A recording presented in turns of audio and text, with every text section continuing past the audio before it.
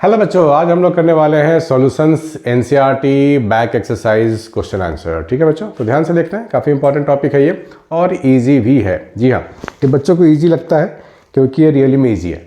बस इसमें क्या है कि क्वेश्चंस बहुत ज़्यादा हैं एनसीईआरटी के बैक एक्सरसाइज में, इतना आप कर लेते हो तो काफ़ी अच्छी बात है। तो हम लोग धीरे धीरे करके पूरा एक्सरसाइज करने वाले हैं, लेकिन आज जो इंपॉर्टेंट टॉपिक में इंपॉर्टेंट क्वेश्चंस जो मैं लाया हूँ वह है 38 से 41, क्योंकि इसमें सबसे ज़्यादा डाउट हैं बच्चों के और ये है भी बड़े इंपॉर्टेंट। ठीक है, तो आज स्टार्ट करके देखते हैं कि कैसे कैसे क्वेश्चन हैं इसमें छुपे हुए। तो सबसे जो पहला क्वेश्चन है बच्चों वो है क्वेश्चन नंबर 1.38, आपके एनसीईआरटी का ही है, आप चाहो तो अपने बुक में देख सकते हो। हमारे पास दिया गया है benzene and toluene form ideal solution over the entire range of composition. ठीक है, बेंजीन और टॉल्विन मिला दिया गया है। जो जिन बच्चों ने ऑर्गेनिक नहीं किया है तो उनको शायद 11th का याद हो कि बेंजीन टॉल्विन क्या होता है। The vapour pressure of pure benzene and toluene आपको गिवन है, this and this.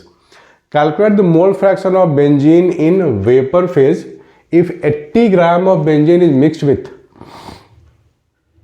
100 gram of toluene. 80 gram of benzene in vapour phase mixed with 80 gram benzene है 100 ग्राम टॉल्विन। तो बेंजीन क्या होता है, बी से नोट कर रहा हूँ बेंजीन, ये होता है C6H6। टॉल्विन क्या होता है, C6H5CH3, ये टॉल्विन होता है। ठीक है, दोनों का आप मोल्स निकालोगे पहले, है ना। मोल्स निकालने के लिए इनका पूरा मॉलिक्यूलर मास चाहिए। तो कार्बन का मास 12 होता है, कार्बन का मास 12 होता है, लेकिन यहाँ पे 6 कार्बन है तो 12 इंटू 6 करेंगे। हाइड्रोजन का मास 1 लेते हैं, 6 हाइड्रोजन है तो ये 6 इंटू 1 होगा, तो ये अल्टीमेटली आपको मिलेगा 78। ठीक है ना, ठीक है। यहाँ पे 7 हाइड्रोजन है तो 12 इंटू 7 प्लस 8 इंटू 1। 8 क्यों, क्योंकि 8 हाइड्रोजन है। ये हो जाएगा 84 प्लस 8 यानी कि 92। तो अगर हम मोल्स ऑफ बेंजीन की बात करें तो बेंजीन के जो मास है वो 80 ग्राम है, राइट, डिवाइड बाय 78 करेंगे और मोल्स ऑफ टॉल्विन हम लोग निकाल लेंगे। मोल्स ऑफ टॉल्विन निकालेंगे तो क्या क्या मिलेगा मुझे, 100 ग्राम ऑफ टॉल्विन डिवाइड बाय 92। इनका मैं कैलकुलेटर से थोड़ा कैलकुलेट कर लूँ, आप भी इस्तेमाल कर लो। चलो सीबीएसई बोर्ड में तो अलाउड नहीं है, लेकिन फ़िलहाल तो कर लेते हैं यूज़। 80 डिवाइड बाई 78, 1.02 लिख लो इसको। ठीक है, और वो है 100 डिवाइड बाई 92, 1.08 ले लूँ। ठीक है ना, ये मिल गया मुझे। तो इनका मोल फ्रैक्शन भी तो निकाल सकते हैं, मोल फ्रैक्शन ऑफ बेंजीन और मोल फ्रैक्शन ऑफ टॉल्विन। ठीक है ना, चलो ये जो मोल फ्रैक्शन है वो हम लोग सॉल्यूशन में निकाल रहे हैं। सॉल्यूशन में हम लोगों ने क्या किया है, आइडियल सॉल्यूशन की बात हो रही है ना, दोनों को मिला दिया। ठीक है ना, calculate the mole fraction of benzene in vapour phase. Vapour phase वाला भी नहीं निकलेगा बच्चों, ये अभी सॉल्यूशन वाला आपको मोल फ्रैक्शन निकल जाएगा। तो पहले ये तो निकाल लें, मोल fraction of benzene in solution क्या हो जाएगा, number of mole of benzene upon this one. तो ये 1.02 है, 1.02 प्लस 1.08 है। ठीक है, तो ये आपको मिल जाएगा 2.1। देखते हैं कितना होता है 1.02। ठीक है ना, 1.02 डिवाइड बाई 2.1, ये हो जाएगा 0.485। 0.48 ही रखते हैं, चलो। ठीक है ना, तो ये कितना हो जाएगा 1 माइनस 0.48 यानी कि 0.52। ठीक है, 1.1 में से माइनस कर दिया 0.48। ऑब्वियस सी बात है, दो ही हमारे पास कंपोनेंट है तो दोनों का सम ऑफ मोल फ्रैक्शन तो 1 होता है, तो यहाँ से हम लोगों ने निकाल लिया मोल फ्रैक्शन ऑफ टॉल्विन। ठीक है ना, इजी है, इजी है। अब हम लोग के पास एक फॉर्मूला था पार्शियल प्रेशर ऑफ बेंजीन, वो क्या हो जाएगा P0 of benzene into mole fraction of benzene. ठीक है ना, बिल्कुल बेसिक फॉर्मूला जो पढ़ाई करी थी हम लोगों ने थ्योरी पोर्शन में। P0B यानी कि प्योर बेंजीन का जो मोल फ्रैक्शन पार्शियल प्रेशर है वो है 50.71 mmHg। Into mole fraction of benzene करेंगे 0.48। तो ये मोल फ्रैक्शन ऑफ, ये पार्शियल प्रेशर ऑफ बेंजीन आपको मिल गया। कितना मिल गया ये भी देख लेते हैं, कैलकुलेटर है हमारे पास, ठीक है। तो ये हो गया हमारे पास 50.71 इंटू 0.48, ये हो जाएगा 24.3। सिमिलरली अगर हम टॉल्विन की बात करें तो ये हो जाएगा 32.06, यानी कि पार्शियल या प्योर कंपोनेंट ऑफ टॉल्विन के लिए है, इनटू कर देंगे मोल फ्रैक्शन ऑफ टॉल्विन यानी कि 0.52। तो ये हमारे को मिल जाएगा 32.06 मल्टीप्लाई 0.52 यानी 16.6, ठीक है ना। ये आपको मिल गया पार्शियल प्रेशर, जो उसका वेपर बनेगा ना उसका पार्शियल प्रेशर आपको मिल गया दोनों का। अब मोल फ्रैक्शन इन वेपर आपसे मांगा गया है। क्या मांगा गया है? मोल फ्रैक्शन इन वेपर, ठीक है ना। इन दोनों को नोट कर लो ध्यान से। मोल फ्रैक्शन आपसे मांगा गया है बेंजीन इन वेपर, तो यहां पर आप लिखोगे mole fraction of benzene in vapour, ठीक है। यहां पर आप लिखोगे partial pressure of benzene upon partial pressure of benzene and toluene, क्योंकि ये जो आपने पार्शियल प्रेशर निकाला है ये वेपर का ही तो पार्शियल प्रेशर होता है, और पार्शियल प्रेशर और मोल फ्रैक्शन डायरेक्टली रिलेटेड। क्या बोला मैंने? Partial pressure directly related to mole fraction. तो आप डायरेक्टली मोल फ्रैक्शन नहीं निकाल करके आप पार्शियल प्रेशर का भी आप फ्रैक्शन निकाल सकते हो, तो ये आपको मिल जाएगा मोल फ्रैक्शन। तो बेंजीन के लिए जो हम लोगों ने निकाला है वो है 24.3 डिवाइड बाई 24.3 प्लस 16.6, ठीक है। ये मिल रहा है आपको। तो 24.3 डिवाइड बाई ये हो जाएगा 16.6, तो ये हो जाएगा 40.9। 24.3 डिवाइड बाई 40.9, चलो देखते हैं। 24.3 डिवाइड बाई 40.9, 0.59, यह मिल गया आपको कितना? 0.59। This is the mole fraction of benzene in vapour phase, ठीक है बच्चों। तो इस तरीके से निकाला जा सकता है। चलो इसको नोट करो, फिर नेक्स्ट क्वेश्चन करते हैं।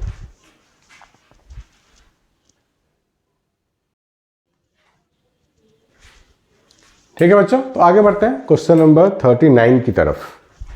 क्वेश्चन नंबर 39 आपके सामने है। The air is a mixture of number of gases, the major components are oxygen and nitrogen. बात सही है, हमारे पास जो आसपास एयर है उसमें मैक्सिमम क्या होता है? ऑक्सीजन और नाइट्रोजन होते हैं। With approximate proportion of 20% is to 90% by volume at 298 kelvin.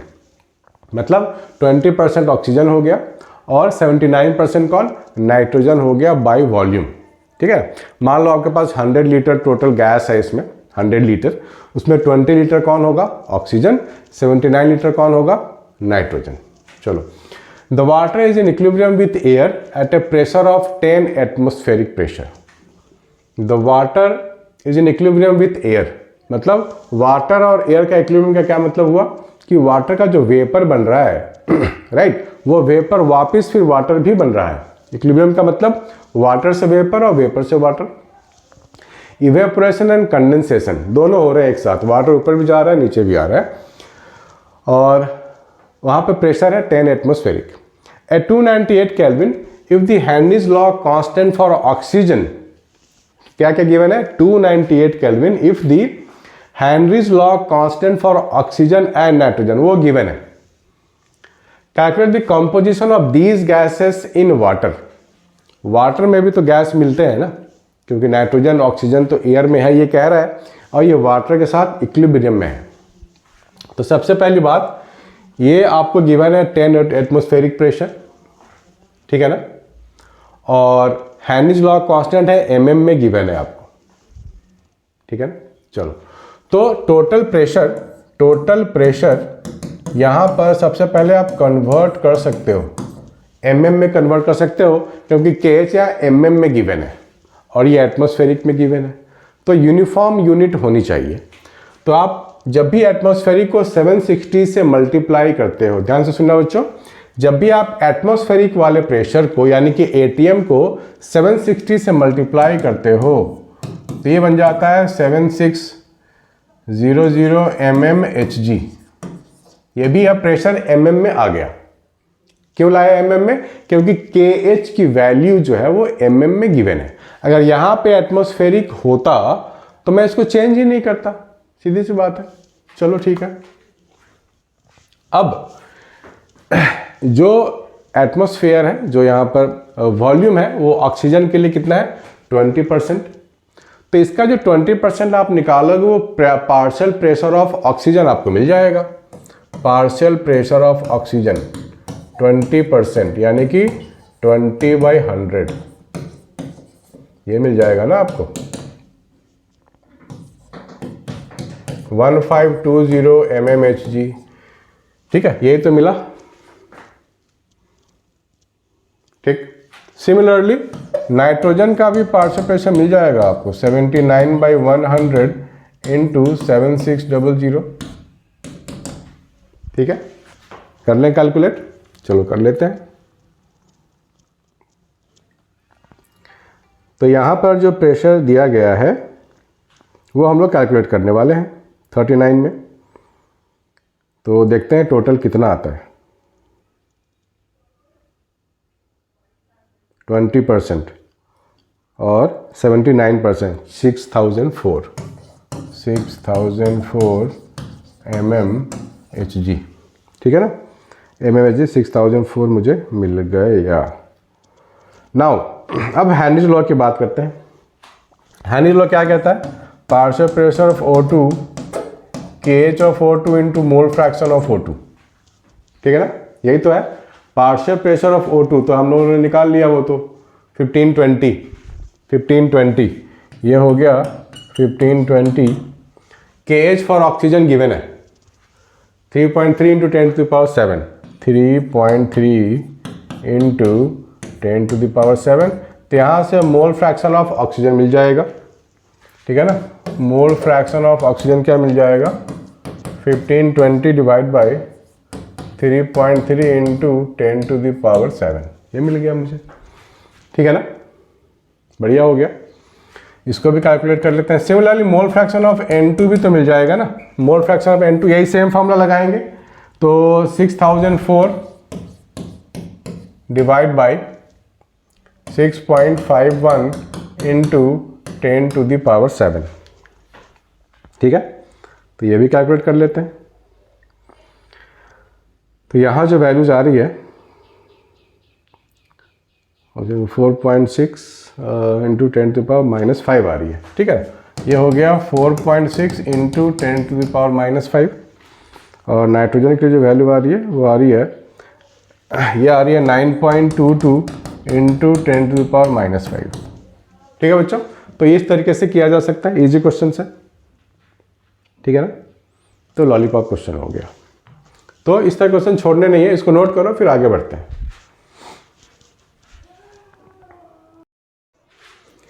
इसके आगे है क्वेश्चन नंबर 40 और 41 भी निपटा देते हैं, है ना। 40 और 41 ये भी इजी है। बस आपको ध्यान रखना है कि जो हम लोगों ने थ्योरी पोर्शन में किया है वो फॉर्मूले आपको याद है कि नहीं, वो मेमोरी में होने जरूरी है। Determine the amount of CaCl2 dissolved in 2.5 liter of water such that its osmotic pressure is 0.75 atm at 27 degree Celsius. ठीक है ना। Calculate the amount of CaCl2, I given है। ऑस्मोटिक प्रेशर का फॉर्मूला हमें मालूम है, pi is equal to ICRT, यही तो होता है ना। आई की वैल्यू खुद ब खुद गिवन है, आपको टेंशन लेने की जरूरत नहीं है। और calculate the amount partial pressure of 0.75, ये एटमॉस्फेरिक प्रेशर आपको गिवन है 0.75। आई की वैल्यू है 2.47। कॉन्सेंट्रेशन यानी कि मोल पर लीटर, मोल पर लीटर, मोल हमें मालूम नहीं है, लीटर लेकिन 2.5 है। आर की वैल्यू देखो, आर की वैल्यू जब भी हम लोग वॉल्यूम लीटर में लेंगे, एटमॉस्फेरिक में लेंगे तो 0.0821 आर की वैल्यू होगी जो फिक्स होगी। टेम्परेचर है 27 डिग्री सेल्सियस में 273 ऐड कर दो तो आपको 300 मिल जाएगा। ये उप्स कैलकुलेशन है इसमें, यहाँ से मैं मोल निकाल लूँगा, ठीक है ना, मोल निकाल लूँगा। तो मोल निकाल ही लेते हैं भाई कैलकुलेटर का इस्तेमाल करके। मोबाइल में सब कुछ होता है आजकल तो भाई, ठीक है ना। तो यहाँ पर 300 केल्विन हो गया। तो ये मतलब 2.5 इधर जाएगा और ये 2.47, ये R और 300 सारे नीचे आ जाएंगे ये वैल्यूज़, ठीक है। तो आपको मिल जाएगा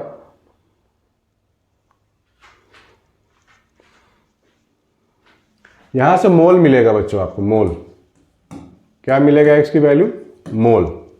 मोल्स में फिर हम लोग पूरा उसका जो CaCl2 का मास है वो मल्टीप्लाई कर देंगे, ठीक है ना, into CaCl2 calcium chloride. Calcium क्या होता है 40 और Cl ट्वाइस है तो ये हो जाएगा 71, राइट।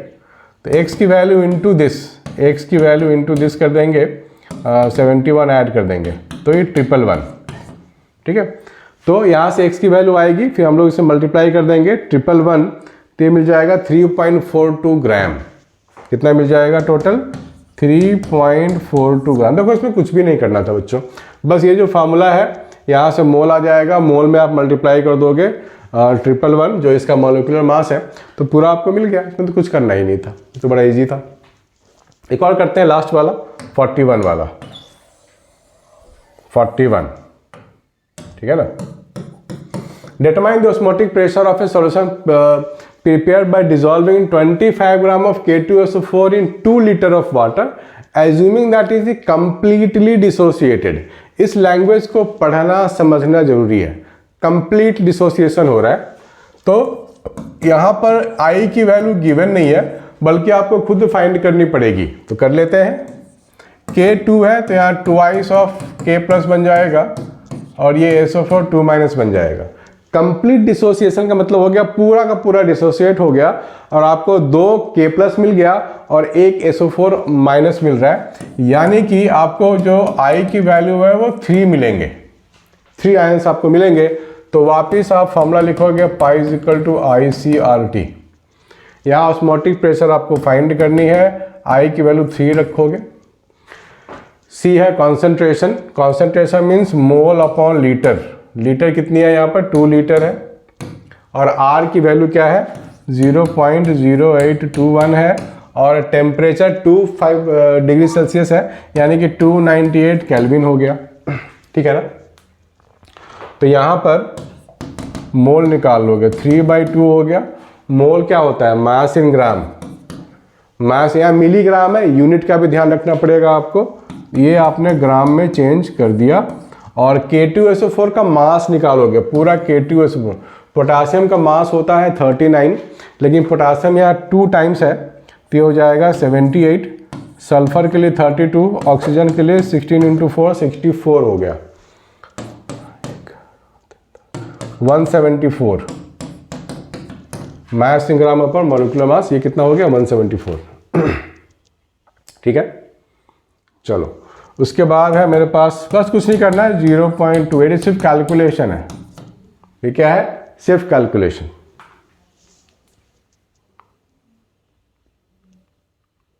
तो यहाँ पर मेरे को मिल जाएगा ये सब पूरा कैलकुलेट करके जो पार्शियल प्रेशर है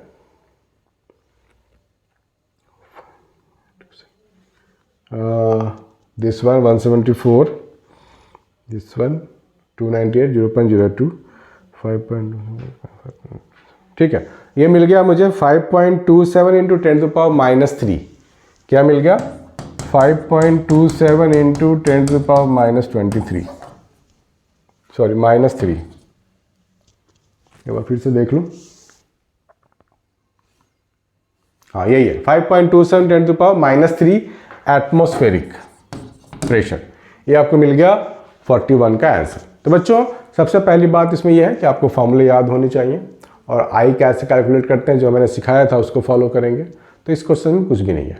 तो नेक्स्ट वीडियो में मिलेंगे बच्चों, वहाँ पे और भी अच्छे अच्छे क्वेश्चन आपके लिए लाने वाला हूँ मैं, तो इसको आप लोग नोट करो अच्छे से, कोई डाउट है तो मुझे व्हाट्सएप कर सकते हो, कॉल कर सकते हो। तो मिलते हैं बच्चों नेक्स्ट वीडियो में, बाय एंड टेक केयर।